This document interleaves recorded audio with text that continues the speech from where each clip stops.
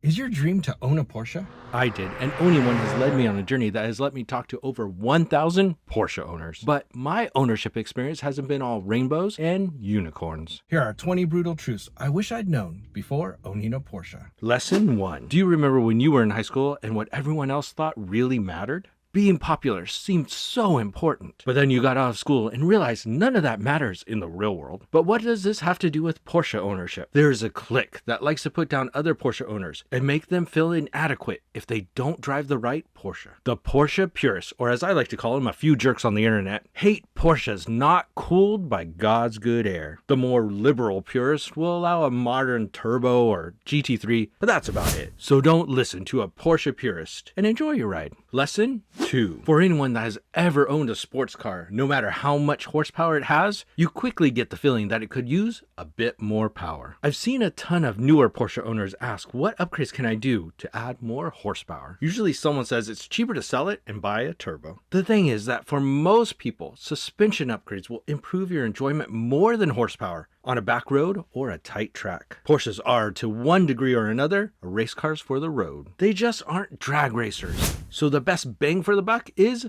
a suspension upgrade. Lesson 3. When you imagine getting a Porsche, you may have pictured that ownership would get you similar attention as a Lamborghini. But the real experience of owning a Porsche is that nobody really cares. You may get an occasional nice car, but that's usually about it. Even if you own a Porsche 911 GT3, don't expect much attention unless someone is a car guy and knows what it is. Lesson 4. When you join the Porsche Club, you get plenty of opportunities to hear stories about each other. One that sticks out to me is when I was introduced to a gentleman that had the club record for the fastest speeding ticket. He was clocked at a blistering 130 miles per hour in a Porsche 911 Turbo, and he didn't get sent to jail. To top it off, he was 78 years young. So not all older folks drive at 25 miles an hour on the expressway. And remember, a Porsche 911 Turbo is very fast, so watch for cops. Or, as my lawyer has advised me, should follow all traffic laws and save your racing for the track. Lesson 5. When I used to live on California's Central Coast, I drove Highway 1 every day. Unfortunately, it wasn't the best driving twisty portions of Highway 1. The daily commute, even in a Porsche, can start to seem boring. But there was a back road that I would take anytime I didn't need to get home right away. Driving that curvy back road in the Boxster that I had at the time was near perfect. So take the long way home whenever you can. Lesson 6. Many people who own a special car will rarely drive it. Ferrari and Lamborghini owners are well known for this. But Porsches tend to be driven. However, some people will baby their Porsches, never driving them hard. The thing is, some potential reliability issues are made worse by this. So when you get a chance, drive it like you stole it to help keep it running at its best. Lesson 7. I've owned a number of cheap Porsches, the least expensive of which was bought off eBay for just $200. That car was a lonely 924. It did run and drive, but it had an oil leak, which turned out to be from the oil pan gasket. But when I did the math what was needed to fully restore the car, it became obvious that it would be cheaper to buy a better example. So I moved on and upgraded to a nicer, more powerful 944. The moral of the story is buy the best Porsche you can afford. Lesson 8.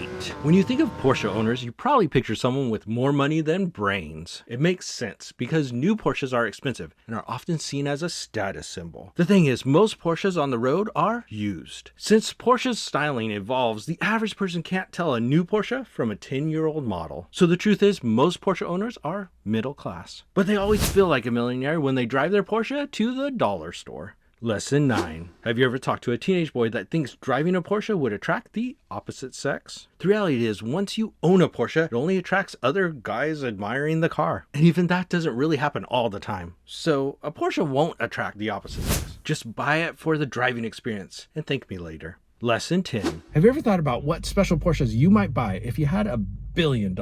You'd probably want an allocation of the most limited production models. The thing is, even an extremely wealthy person can't just walk into a dealership and buy one of these Porsches. In order to get there, you need to have created a relationship with the dealership. Usually this means buying a number of other models. So if you want that special Porsche when it first arrives, then it pays to build a relationship with your local Porsche dealership. Lesson 11. A Ferrari or Lamborghini is like a piece of art. They are pretty much only meant to be displayed. and are rarely driven. A Porsche, on the other hand, is a car. This is why it's common for Porsches to go well over 100,000 miles without the need for major repairs. This makes it the perfect high-end sports car to daily drive. Even the rare special Porsches are capable of being daily driven, and it's a shame when they aren't. Lesson 12. When you were young and dreamt of owning a Porsche, you probably thought that it was the only car you wanted. But the thing is, Porsche ownership is a slippery slope. You get the first experience and you want to experience more high-performance cars. While for some, this will be multiple Porsche models, the 911 is the sports car that all other sports cars are compared to. I guess that's why a lot of Porsche owners own other performance cars as well. Otherwise, who would compare those other options? Lesson 13. Have you ever heard a car enthusiast see a modified car and say, "Oh man, they ruined it"? This isn't just a feeling though. For many performance cars, modifications will cause the value to drop. Fortunately, you can go ahead and customize your Porsche without these issues.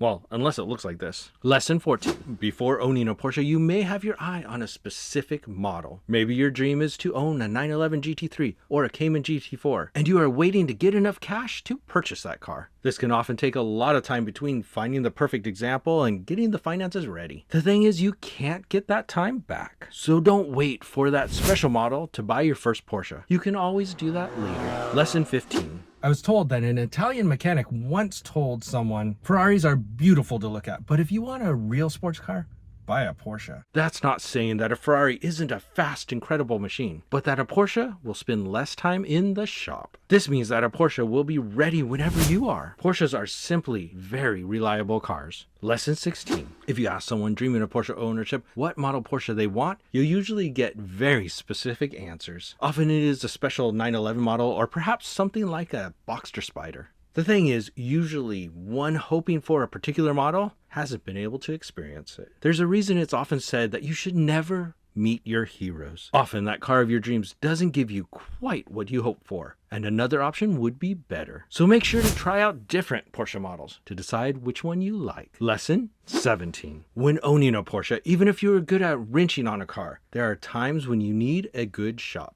The problem is, not all shops are equal, but you can't really tell if a shop is good and knowledgeable about a Porsche model unless someone uses them. Sure, you can check out online reviews, but that can be hit and miss. But if you contact your local Porsche club and ask them about the service you need and shops that would know your model, they usually know the best shops in your area. Lesson 18. All Porsches are expensive when new, but if you want to stand out, a special Porsche is what you need. This could be a rare production car or even an air-cooled model, which will get more attention due to less of them being driven regularly. Even if these are on the used market, they will be expensive. But just remember, it costs to be cool. Lesson 19. Have you watched one of the seemingly hundreds of Fast and Furious films and thought that street racing looked fun? The thing is, if you go street racing, you could go to jail or something worse could happen. Fortunately, there are track days. It's a chance to see what your Porsche can do in its natural element. So track days are your friend. Lesson 20. Many people have the thought that when they finally retire, they'll get a Porsche. But that's a lot of waiting for that experience. Fortunately, thanks to depreciation, there are Porsches available for just about every budget. An affordable Porsche may be a 944 or an early Boxster. Those options are incredible handling and extremely fun to drive, even at legal speeds. So just don't wait until you retire to buy a Porsche. The thing is, I've driven Porsches for over 5,000 days and learned this.